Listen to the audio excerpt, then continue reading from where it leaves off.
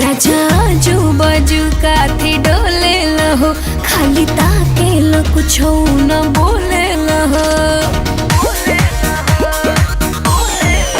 ए राजा आजू बाजू काथी डोले लहो, खाली ताके लो कुछ न बोले लहो। रूप कैले बांझोर ला तू हाथे से बिटोर, हमर दधिया गोराई छलके। नहैलू कौना साबुन से मलके, जवानी तोहर झला झला झलके। नहैलू कौना साबुन से मलके, जवानी तोहर झला झला झलके।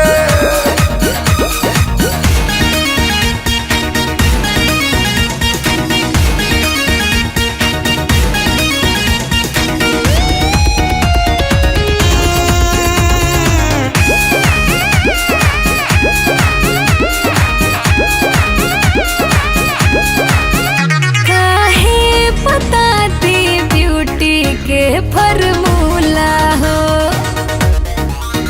जेकरे चलते भइल गाल गुलगुला हो।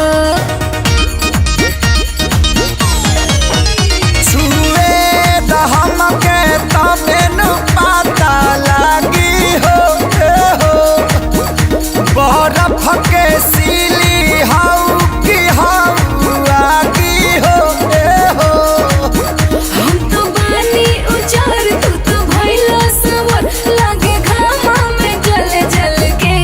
नहैलू कौना साबुन से मलके, जवानी तोहर झला झला झलके।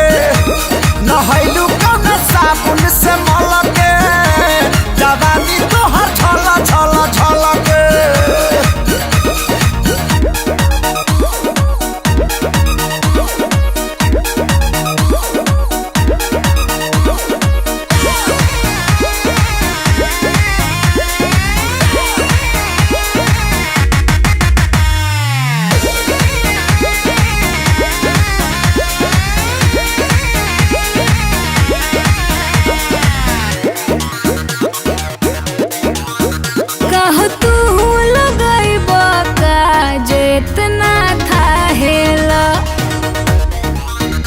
इतने बता द हमसे का तू चाहेला।